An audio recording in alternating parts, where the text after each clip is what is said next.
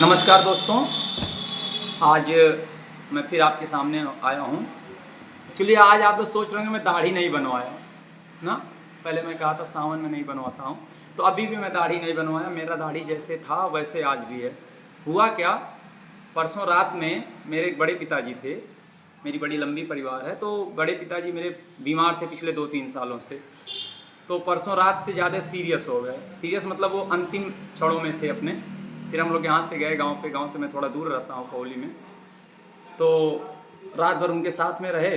कुछ बोलना वोलना तो था नहीं, बेड रेस्ट थे। लगभग 100 साल के थे, बहुत ज़्यादा वो नहीं था कि अचानक हुए थे। लोग अच्छी लाइफ जी लिए थे, पूरा परिवार सेटल, कोई दिक्कत नहीं था।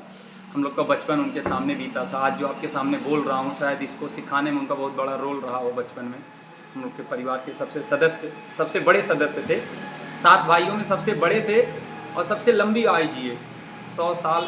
उस समय कोई मान लीजिए ऐसे डॉक्यूमेंट तो नहीं था जिससे मैं प्रूव कर सकूं, लेकिन ऐसा गांव में बोलचाल की भाषा में बोला जा रहा था कि लगभग 100 साल हैं। उनसे बड़ा हमारे ग्राम सभा में कोई अभी है नहीं। शायद एक पांडे जी हैं जो उनसे शायद 2-4 महीने छोटे या बड़े रहे हों, कोई ऐसा प्रमाण नहीं है, लेकिन वो कहते हैं कि चाचा जी हमसे बड़े थे।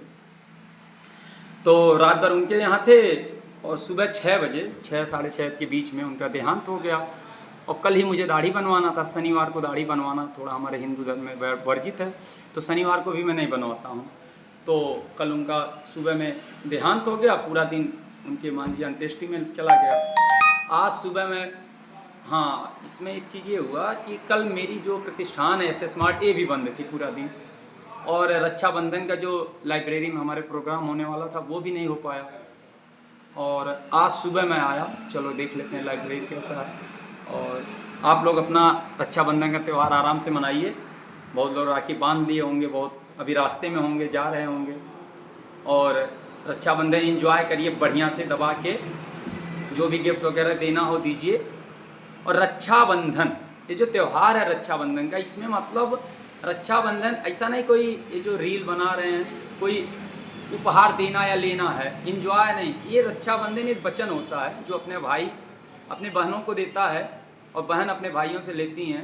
भाई आश्वस्त करता है कि जब तक मैं हूँ तुम्हें किसी तरह का कोई तकलीफ नहीं होने पाएगा, मैं आपका रक्षा करूँगा। रक्षा ऐसा नहीं कि अस्त्र शस्त्र लेके उसके घर पे पहरेदारी करेगा, नहीं। किसी दुख सुख में कहीं वो मुसीबत में है तो जो उससे बन पड़ेगा यथा सामर्थ्य वो उसका मदद करेगा, रक्षा करेगा। रक्षा आप ये मत समझ लीजिए आज की बोलचाल की भाषा में कि वो शस्त्र लेके या हथियार लेके उसके लिए मार करने जाएगा, नहीं। रक्षा होता है भाई बहन कभी मुसीबत में है और भाई से कही कि मैं इस मुसीबत में हूँ भैया, मेरा ये मदद हो जाए, तो वो कर देता है। और होता क्या है कि यदि बहन क्या सोचती है, यदि मेरा भाई सुरक्षित है तो मेरे माँ बाप का बुढ़ापा बहुत आराम से निकल जाएगा। उनको बुढ़ापे में जीवन के अंतिम क्षणों में कोई तकलीफ़ नहीं होने पाएगा। और अभी मैं बहुत मान लीजिए आया हूँ अंत्येष्टि से पिताजी के, तो हो सकता है मुझसे कुछ गलतियाँ हो जाएं, स्वाभाविक है। हम लोग समाज में रहते हैं तो थोड़ा पीड़ा तो है ही। हमारे बड़े पिताजी थे और हम 2 दिन से वीडियो भी नहीं डाल पाए थे। तो आप लोग अपना राखी एंजॉय करिए। हमारा तो बैड लक है कि हम रक्षाबंधन नहीं बना पाएँ। हमारी 3 बहनें हैं जो सब शादीशुदा हैं, अपने अपने घर पे हैं।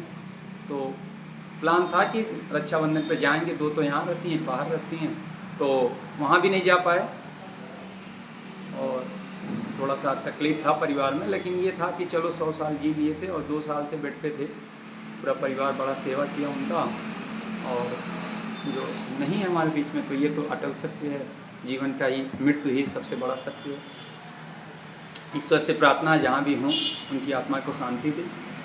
और आप लोग राखी का पर्व जो है एंजॉय करिए। और फिर अब देखिए मेरा दाढ़ी मूछ जो है फिर हफ्ते भर 10 दिन के लिए चला गया। अब रविवार को मैं आपको बिना दाढ़ी में नज़र आऊँगा। बाकी रक्षाबंधन पर्व की हार्दिक शुभकामनाएं आप सभी को। जय हिंद, भारत माता की जय, नमस्कार, जय श्री राधे।